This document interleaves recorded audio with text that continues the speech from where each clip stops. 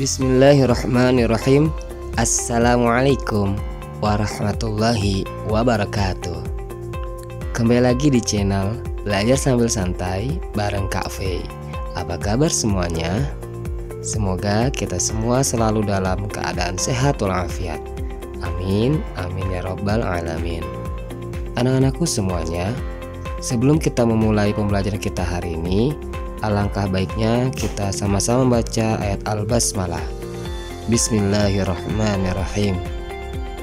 Pada kesempatan kali ini kita akan belajar tematik 5C, subtema 2, pembelajaran 1 dan 2.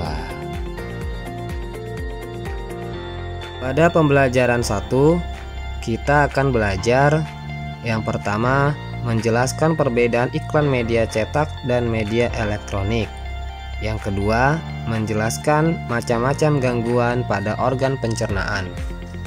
Dan untuk pembelajaran 2, kita akan belajar yang pertama menjelaskan penyebab gangguan pada organ pencernaan. Yang kedua, menjelaskan ciri kebahasaan iklan media elektronik. Dan yang ketiga, menjelaskan gerak tarian yang menggunakan properti.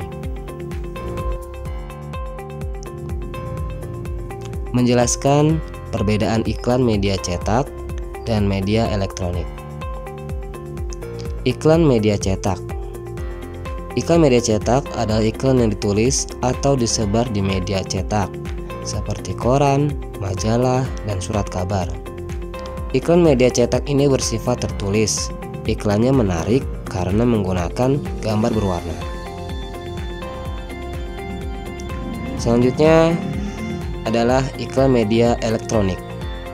Iklan media elektronik adalah iklan yang disebarluaskan melalui media elektronik seperti televisi, radio, dan internet. Iklan yang disiarkan di televisi sangat menarik karena gambarnya dapat bergerak. Sedangkan iklan di radio juga mampu menarik perhatian konsumen karena disertai lagu-lagu dan kalimat khas dari produk yang diiklankan. Selanjutnya adalah menjelaskan macam-macam gangguan pada organ pencernaan. Salah satu iklan yang sering ditampilkan di televisi maupun koran adalah iklan obat-obatan. Contohnya iklan obat sariawan. Pernahkah kamu sariawan? Sariawan merupakan salah satu penyakit pada organ pencernaan. Tahukah kamu gangguan apa saja yang dapat terjadi pada sistem pencernaan? Apa penyebabnya? Perhatikan penjelasan berikut ini. Yang pertama adalah MAH. MAH merupakan peradangan yang terjadi pada lambung. MAH biasanya disebabkan oleh aktivitas asam lambung yang mengikis dinding permukaan lambung karena tidak adanya makanan yang dicerna. MAH juga bisa disebabkan oleh infeksi bakteri atau efek samping penggunaan obat. Gejalanya adalah rasa perih dan nyeri pada perut. Cara mengatasinya adalah makan secara teratur, hindari makanan yang pedas dan asam, serta mengonsumsi obat sesuai anjuran dokter. Yang kedua adalah ulkus. Ulkus serupa dengan MAH. Ulkus merupakan peradangan dinding lambung yang lebih parah dan menimbulkan luka. Penyebab ulkus adalah adanya peningkatan kadar asam lambung, pola makan yang tidak teratur, atau infeksi bakteri. Gejalanya adalah rasa perih dan nyeri pada perut. Cara mengatasinya adalah memakan makanan yang berserat dan bersih, mengatur pola makan, serta mengonsumsi obat sesuai anjuran dokter.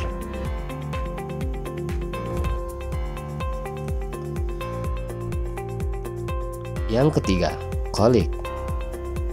Kolik adalah gangguan sistem pencernaan yang menyerang usus atau lambung. Penyebabnya antara lain infeksi, kualitas makanan yang buruk, atau alergi makanan tertentu. Gejalanya adalah rasa nyeri pada bagian perut bawah, kram, dan mual. Cara mengatasinya, mengonsumsi makanan yang bersih dan meminum obat sesuai resep dokter. Selanjutnya, yang keempat adalah sariawan. Sariawan merupakan gangguan berupa munculnya bercak putih pada dinding mulut dan gusi. Penyebabnya antara lain karena sakit gigi, luka karena tergigit, kekurangan vitamin C, atau infeksi oleh bakteri. Gejalanya adalah rasa perih dan tidak nyaman saat kita makan. Cara mengatasinya, minum obat sariawan dan mengonsumsi makanan yang kaya akan vitamin C. Dan yang kelima adalah sakit gigi. Peradangan saraf gigi dapat membuat gusi sakit. Peradangan ini disebabkan oleh pembusukan gigi, infeksi bakteri, atau kebersihan gigi yang tidak terjaga. Gejalanya nyeri pusing dan demam. Cara mengatasinya, memeriksakannya ke dokter dan meminum obat sesuai anjuran dokter. Selanjutnya, menjelaskan penyebab gangguan pada organ pencernaan. Diare. Diare mengganggu sistem pembuangan sisa-sisa makanan dari tubuh manusia yang disebabkan oleh bakteri atau alergi makanan dan dapat diatasi dengan minum larutan oralit. Selanjutnya, konstipasi. Konstipasi disebut juga sembelit atau susah buang air besar. Penyebabnya kurang serat dan air dan dapat diatasi dengan makanan yang mengandung serat. Berikut ini ada cuplikan tentang penyakit pada sistem pencernaan manusia. Mari kita simak. Wow, yuk dalam channel 456 sekarang.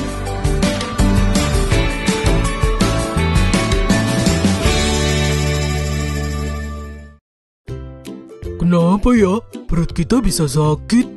Gini Bol, gangguan atau penyakit pada organ pencernaan umumnya disebabkan oleh makanan yang tidak sehat dan pola makan yang tidak teratur. Aku jadi ingat minggu lalu pas aku kena diare. Kok bisa Bol? Minggu lalu aku makan bakso di taman dan aku pesan yang super pedas. Yah, pantas aja kamu sakit Bol. Hehehe, iya Pipo, aku baru tahu loh kalau diare sering disebut juga mencret. Kata dokterku, seseorang yang terkena diare mengalami buang air besar yang lebih sering dan encer dari biasanya, sama kayak yang aku alami. Walaupun termasuk penyakit ringan, tapi kalau tidak mendapat perawatan yang benar, diare bisa jadi bahaya loh. Dan setauku, diare dapat disebabkan oleh beberapa faktor. Bisa karena mutu dan kebersihan makanan yang buruk, alergi terhadap makanan, atau terlalu banyak makan makanan yang asam dan pedas.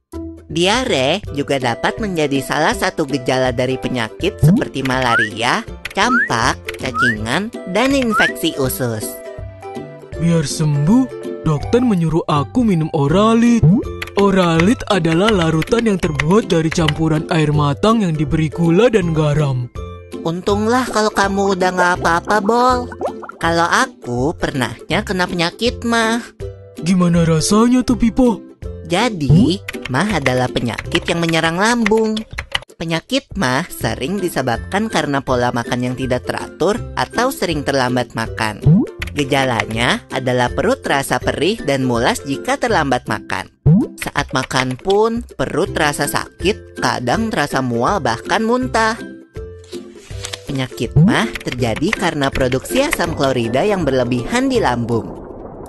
Tingginya kadar asam lambung dapat disebabkan oleh makanan yang terlalu asam atau pedas, kopi, maupun alkohol. Oh begitu, berarti kamu harus mengatur pola makanmu. Iya Bol, tapi ada lagi loh penyakit yang lebih ngeri. Namanya radang usus buntu. Setahu aku, radang usus buntu adalah penyakit yang disebabkan oleh menumpuknya kotoran di usus buntu, yaitu di bagian umbai cacing sehingga menyempit. Peradangan juga dapat disebabkan oleh infeksi kuman pada umbai cacing. Gejala yang timbul antara lain, perut terasa mual disertai muntah, kadang mencret, tubuh mengalami demam, perut bagian kanan bawah terasa sangat nyeri, dan akan semakin parah apabila terjadi penekanan atau guncangan, misalnya batuk atau berjalan biasa. Kalau sudah parah, harus menjalani operasi pemotongan umbai cacing loh, Bol. Tapi sampai saat ini, fungsi dari umbai cacing sendiri belum diketahui dengan jelas. Jadi, meskipun umbai cacing telah dipotong, organ pencernaan yang lain tidak akan terganggu. Aku jadi kapok makan sembarangan lagi. Kita memang harus menjaga kesehatan organ pencernaan kita, Bol. Ada beberapa tips nih. Pertama, harus selalu cuci tangan dengan sabun sebelum makan. Kita harus banyak makan sayur dan buah serta makanan yang berserat. Jangan terlalu sering makan makanan yang terlalu pedas atau asam. Saat makan, makanlah dengan tenang. Jangan terlalu cepat menelan makanan jika belum dikunyah sampai halus. Tujuannya agar kerja lambung menjadi lebih ringan, karena lambung tidak perlu meremas-remas makanan terlalu kuat atau terlalu lama. Setelah makan, jangan lupa banyak minum air putih dan hindari minuman beralkohol dan bersoda. Biasakan tutup makanan yang ada di atas meja makan untuk menghindari makanan tersebut dihinggapi oleh lalat. Oh iya, Bol.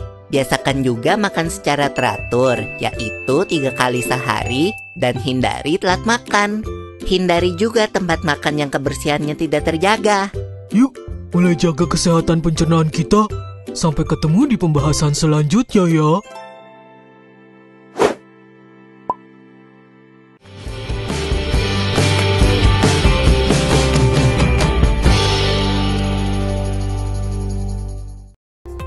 Selanjutnya, menjelaskan ciri kebahasaan iklan media elektronik.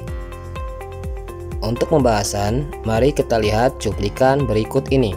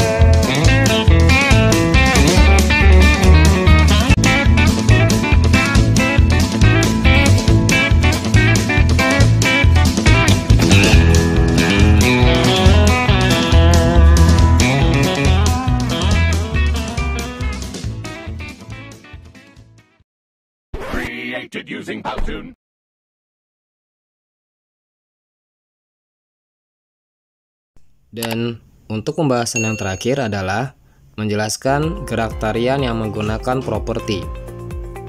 Gerak dalam tari memiliki makna dan berfungsi untuk menyampaikan maksud-maksud tertentu dalam tarian. Properti digunakan untuk melengkapi tarian dan membantu penyampaian makna tarian.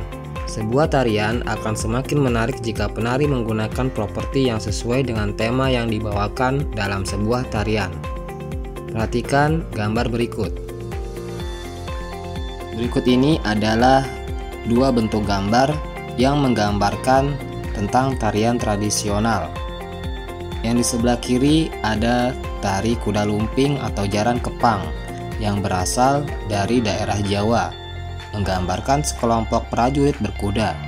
Properti yang digunakan adalah anyaman yang berbentuk kuda.